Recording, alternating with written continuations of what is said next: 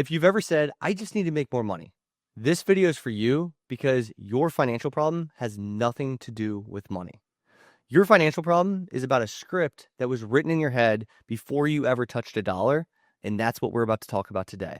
Things that whisper in your ear, things, those deep, late night conversations you have in your head or when you're in the shower, things that say, we can't afford that.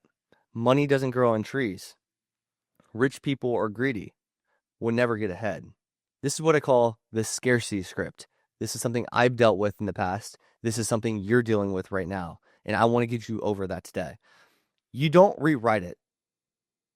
You obliterate it. You get it out of your mind entirely. Because if you don't do so, this is going to sabotage everything in your life going forward. And it doesn't have to do with just money, but the way you live and operate. This is so much bigger than just money here. And what we want to talk about today is the money or the amount of money you make will not change this problem right here. And so if you think that making more money is going to solve this problem, you're already barking up the wrong tree, and that's incorrect. I've been there.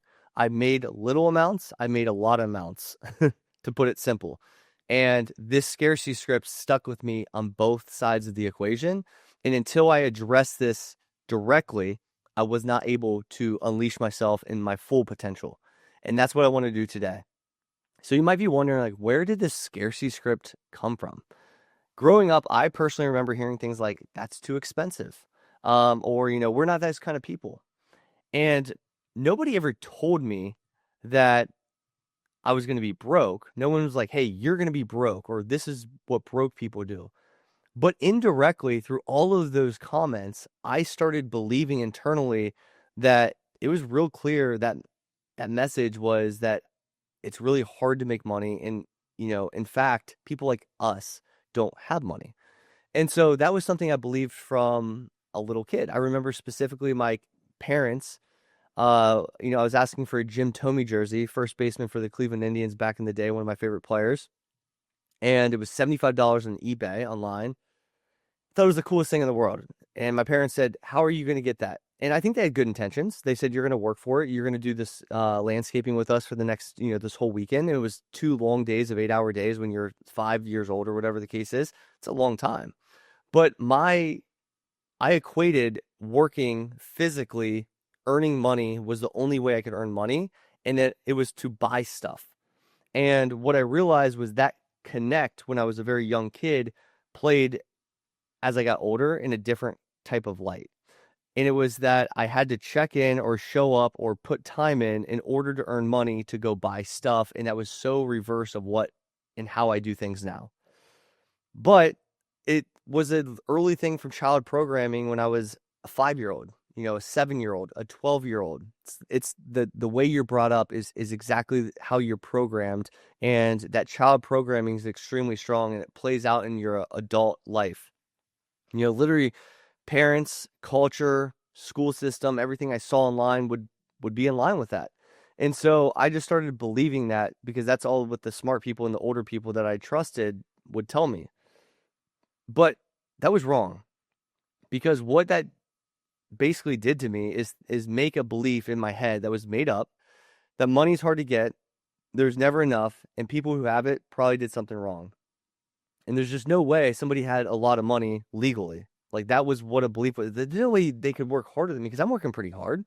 I'm working 8-hour days as a 5-year-old doing landscaping, making, I don't know what that was, $75 divided by 16. What is that number? I'm going to actually do that number in my head. $75 divided by 16 hours. I was making under minimum wage. So for me as a young kid, I was thinking I was making $4.06 or 60 cents. How could somebody work more hours and get more without doing something bad or illegal? It just didn't make sense to me in my little, pubescent brain. And so I had to really overcome that belief growing up. And so even as an adult, when you get a raise or invest, you won't realize you're doing this. You're going to subconsciously do this. So you'll find a way to go back to that scarcity that because you know it. And it's a known thing, whether or not it's bad. It's better than the unknown, and it feels safe. And you'll do this a lot in many different ways. And I'm going to show you kind of how this shows up in everyday life on a practical basis, because I have experienced this. Like I said, this held me back for the longest time. And I guarantee you're experiencing this as well. So let's say you save $1,000, but then you have an urge to go spend that money. Happens all the time. Let's say you avoid looking at your budget because you don't want to feel bad. You don't tell yourself like openly, like, I'm going to feel bad if I look at my budget. But when budget comes up, there's like this emotional block that goes right in front of your head. And it's really because you don't want to feel bad subconsciously. You might not know. Here's one that is surprising. You might be surprised by this one. You might undercharge, or you might overwork, or even feel guilty for wanting more. Because rich people are guilty, or bad people. Rich people do bad, heinous things. And I can't be like that individual, because that's what happens when you get money. That's what happens when, I don't demand my price and say, here's what I'm worth. And I used to have a really hard time with this, especially with my services I offer within Budget Dog Academy, or my Millionaire Club, or any of my products and services I have out there. I would literally feel bad for charging a lot of money. And what I realized, which was very, very odd and bizarre to me, and it was something that I had to get over myself, was I had a really good heart. And so when I created a product and service that was obviously well past what I charged, I always would tell my wife, and my wife said, "You're too good of a person to be honest." That's what she would always say. I was like, I can't guarantee I can get results for people. I can guarantee I get results for people if they show up. And she says, well, does a gym feel bad if somebody gets a membership and doesn't show up? Is it their fault? I go, that's a good point. That's a really good point. That's a rewiring of the way I'm thinking about this. And I literally struggle with this for so long. Man, should I really charge thousands of dollars to get financial help? But then I looked at the industry and how they charge, and it's AUM, and it's free to walk in the door, but it's hundreds of thousands of dollars and even millions of dollars if you don't know what you're doing and you're working with a financial advisor, or you're working with somebody else in the industry outside of myself. And they don't get the results that we get. And I was thinking, well, the market says people are okay with that. And I know what I charge is a fraction of the value they receive. So if I'm thinking about it from a wealthy perspective and not a scarcity perspective, why am I so focused on a dollar amount? If I charge theoretically $1 million for something, but I generated $2 million or $3 million to somebody, why would I feel guilty? I'm providing exponential value. That's the idea of business. That's the idea of, good, healthy business practice. You charge something and you get better return for your money for the individual that works with you or does, takes your product or service or whatever the case is. But it requires work, and it's a agreement that we have is, if I offer this, it's not a guarantee if you don't show up. I can't bless you with a golden, I can't feed you. I can't wake you up in the morning and force you out of bed. I can't do all these things. It's going to take work on your end. It's kind of like 6-pack abs. I can't paint abs on you because you pay me a gym fee. I have to have you come to the gym, eat healthy, and do the proper exercises, but then I can guarantee you get abs. That's an easy thing. It's pretty simple. And so I really struggled with this for the longest time, and it really blocked a lot of my income. But the bigger thing, it was blocking my abundance, and it was blocking my ability to help more people. And it was a very backwards way of thinking. Because if which I do now, will raise my prices and say, good luck if you want to get in and you want to build exponential wealth and you want to take this next level, I already know I'm going to give you the result, because my mindset shifted entirely. And when I was charging less, I was getting worse results. Isn't that crazy? When I first started Budget Dog, I had no intention of building a quote unquote business. I was not an entrepreneur. It was just an idea in my head that I knew what I was doing for my family, and I knew I could help some people. My wife said, hey, you're really good at this. You're really passionate about talking about it. Why don't you go help and serve other people? And I go, sure, I would love to help my family and friends and local people. She said, no, get on Instagram, share this with the world. And now, literally as of last night, I was like, man, more people need to know about this. We are the best in the business, but the world doesn't know about this yet. And they will with time and due time, because of the mentality I'm adopting from where I used to be scarce and have this scarcity script in my mind to now abundant, in that we will help millions of people and we will cure diseases. Literally take Dravet syndrome off my daughter's medical diagnosis. We will raise millions of dollars. We will help families. Literally yesterday, we paid an entire medical bill for a family that was going to Iowa, which is where my daughter goes for functional neurology. and we travel up there twice a year, 3 times a year. It's expensive. But my business partners came in Friday and they said, you know what? Hey, we want to give you access to this check, this very nice size check. Go do with it what you want. And my first, inclination was to go help people. And that wasn't me when I was in scarcity mode. I wasn't helping as many people, which is crazy. Like, I was afraid to charge money. I was doing free sessions. I was getting worse results because people weren't taking it serious. I was not earning money to be able to give back, and it was like hurting me. But it felt safe because it was scarcity.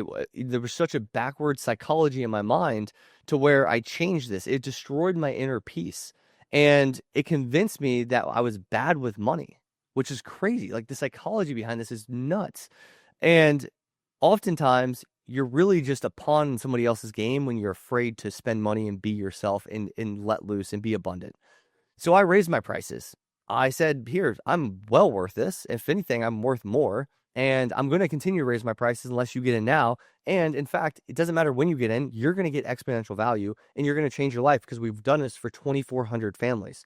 And so I'm ultra confident now with this process, but it took me literally a decade plus to get over this mentality.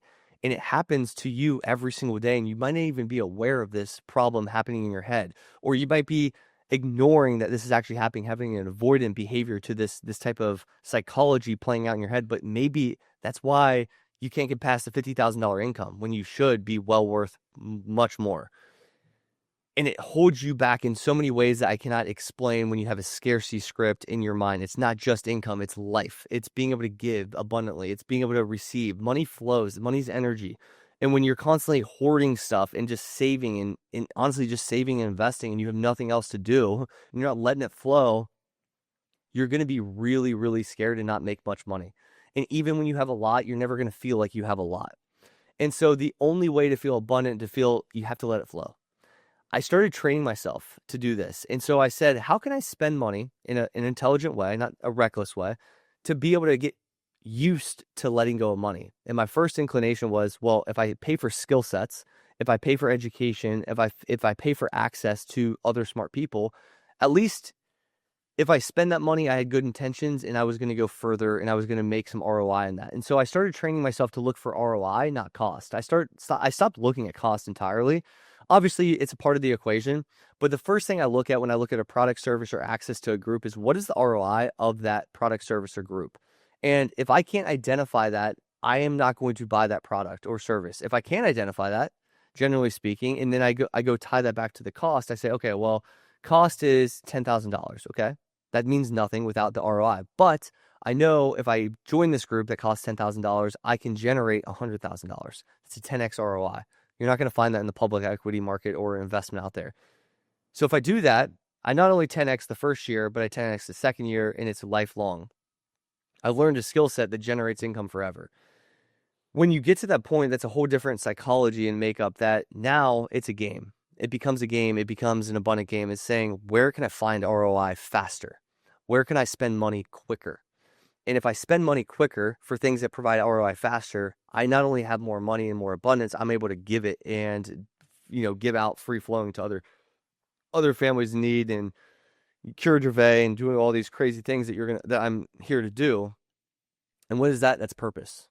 And so when I say that scarcity doesn't only block your income, it blocks your purpose. It blocks your entire life. I'm saying that because I've lived it. I've lived a place of being able to I was always held back by the dollar. And I realized the more I let that go, the more I trained myself to look for ROI and not cost like a broke person, the more wealthy I got. And so I did this for over and over and over and over and over. And I trained myself for years. Like, this wasn't just like an overnight thing. Like, oh, I'm going to spend money and I'm going to feel good about it. I still felt uneasy. And with time, I felt less uneasy. It's like anything. You desensitize yourself to anything you see a lot. And so we kept doing this over and over and over and over.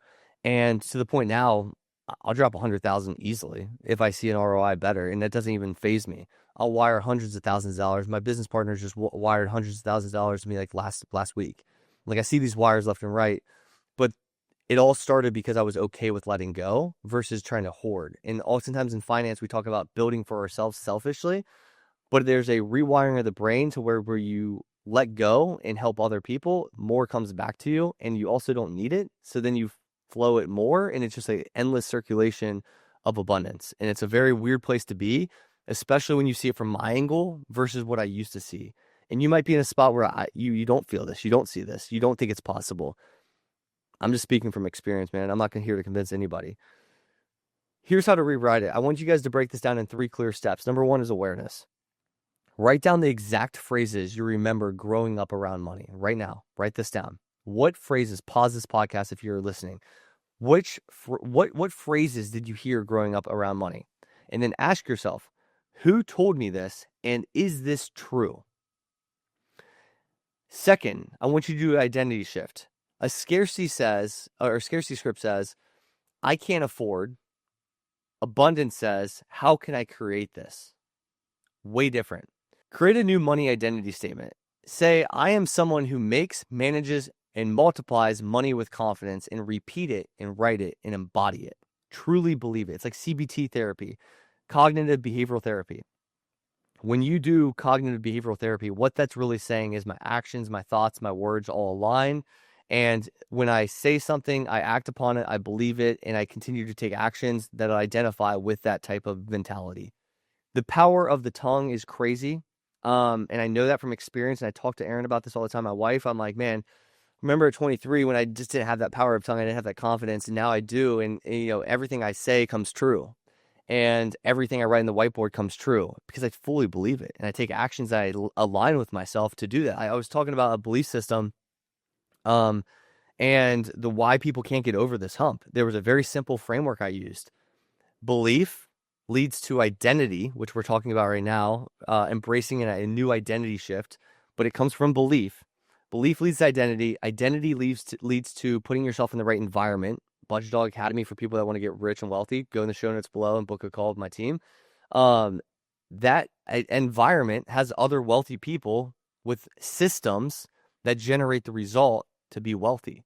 And so if you can't get over the belief system and you have a scarcity mindset, oh, I can't afford that. What do you mean you can't afford? You can't afford my program? What do you mean you can't afford the program? You can't not afford the program because the program generates an ROI greater than the cost. So why are you looking at the cost still? Think about it. If you put money in and you even take a step back from a dollar perspective right now, but you take 10 steps forward, do you think that's worth it? The only reason you're holding yourself back right now is because you have the scarcity mindset, real time. Like you're listening to this and you're not able to get over it. And this is a real life example of somebody that isn't joining the program because they think they can't afford it. That's a wild psychology to me because there's nothing I can't afford at this point in time. If my daughter had, for example, my daughter has Dravet syndrome and, like I said, we'll wipe it off the face of the earth. But let's say there's, one of the gene therapies that come out and insurance doesn't cover it. It's $1 million. Better believe I'm finding $1 million somehow, somewhere. Obviously we have it, but even if I didn't have it, I would find a way to get $1 million so that she would have gene therapy to erase Dravet syndrome without question. What is the ROI of her life? $1 million? Fuck no. Excuse my language. It doesn't have a dollar amount. So any dollar amount for gene therapy that would fix the situation would go to that. I spend $30,000 in the last week on my house upgrades to make sure she has proper airflow in this house. I've spent $300,000 in the last 6 months, actually in a 2-month period, when we lost our old house to modern mycotoxins, so that she had the best quality of living that she possibly could have. I spent $15,000 to go to Iowa. I'm about to spend another $15,000 in September time to go to Iowa again, because there's no price tag on someone's life. And I'm looking at the ROI, which is her life. And so it's not always life or death scenario. Sometimes it's like your specific scenario. Like, oh, I can't pay what, $10,000 to fix my financial life? Really? If it fixed your financial life, what's that worth to you? And you're sitting here thinking, I can't spend money because I don't have the money, because I'm scarce, because I'm in the same situation. I'm going to continue to do the same things that I've always done and think the same way. That's what you're doing to yourself. And it's crazy that people are held back from money. And sometimes it's because they don't see an ROI, but oftentimes it's just because they have a scarcity script in their head. And every single time, and I see the unlock and why I'm so passionate about this. And I'm not trying to quick sell anybody here today. Like, that's not my goal. My goal is because I'm so passionate about what I do, And I've not only seen myself and my family overcome these financial battles, I've seen 2,400 other families do the same.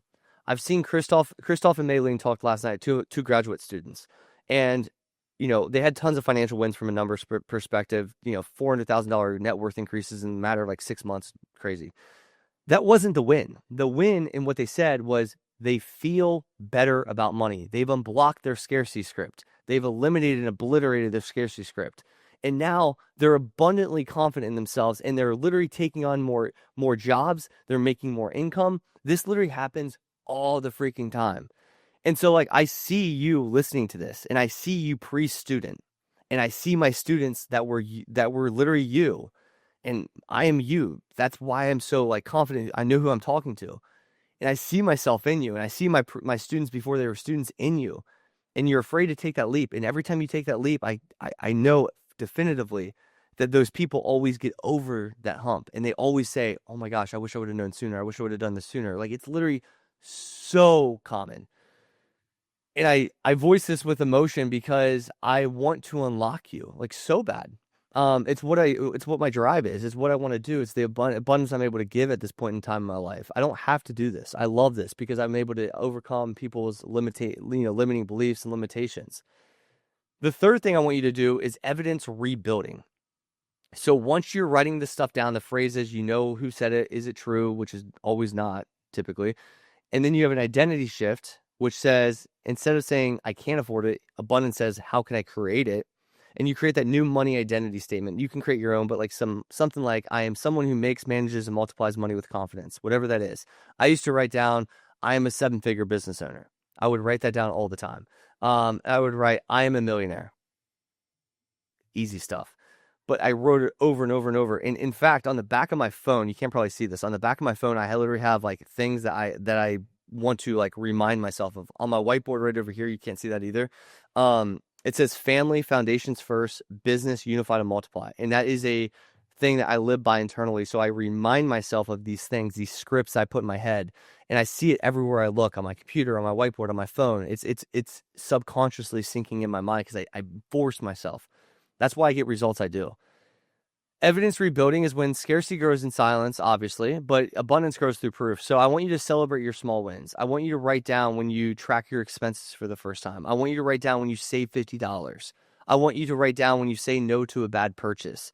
Share your wins with others. This is why one of the things the students said last night in the graduate call was there was such a genuine, authentic cheerleader type feel within the academy from other people. And not just Tom and myself and the student success team, but other people genuinely want you to win.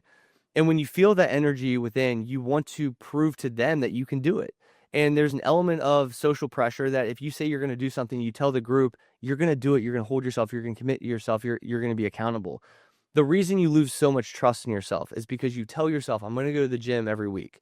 And then you stop going to the gym. And then you ignore that voice in your head saying, I'm bad because I'm not going to the gym. And you ignore it, and you try to ignore it, but it makes you feel bad internally. And until you hold yourself accountable, you're always going to live through that scarcity script and that negative voice in your head. I want to get you out of that mindset. It's so sickening. Your nervous system starts to trust the new script once you do this enough. Once you prove to yourself, once you see it, once you visualize it. So for the next 7 days, I want you guys to do these 3 things. Write down 3 scarcity phrases you were taught. Number 2 is create 1 new abundant money belief, like we walked through. And number 3, every time you catch yourself slipping, say, that's not my story anymore. Have a stopgap in your language and in your head. DM me, guys, on Instagram. Send me a message on Instagram. Tell me what came to mind when you listened to this today. I want to talk to you. I want to have a conversation with you. Send me an email. Brennan@budgetdog.com. You can find me easy if you want to. Stop hiding in the shadows. Stop being afraid to talk to me. Stop thinking that you're just listening from the sidelines. Guys, I'm hitting 100 million. We're a racing Gervais syndrome. I said that last night in my group. You will see it happen. You will either be part of that journey and be part of that 100 million and literally build the wealth I'm building because the deals I give you and the opportunities I give you and the abundance I create around you as a result of the group I've created. Or you'll watch from the sideline and you'll continue to do the same thing over and over, live in the scarcity mindset, not become aware of your own limitations. It is up to you to take the leap of faith. You can do so. Hit me up in DMs. Send me an email, brennan@budgetdog.com. Go in the show notes below here, book a call with my team. You can do whatever you want. I'm here to show you. I'm going to do it regardless if you're here or not. I'm already on the court. I'm already balling. And I'm going to continue to ball with all my students. And more students are joining the court. Eventually, it's going to be a freaking, when you see the crowd after a Super Bowl win or a NCAA championship win, the crowd storms the court. That's what's happening right now within Budget Dog. You can be part of that movement, or you can sit up there in the bleachers and yell boo and think that this is a scam. This is blah blah blah blah blah. You can do whatever you want. I give you the freedom of choice. That's the beautiful thing of life, the power of free will. But we're going to do it. And you can if you want. I'll see you on the other side. And I'll see you next week. You've been listening to Money on My Mind with your host, Brennan Schlagbaum.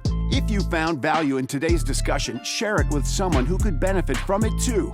Be sure to subscribe to the podcast if you haven't already, so you never miss a money mastery tip. Until next time, stay passionate about your financial journey and keep taking bold steps towards your money goals.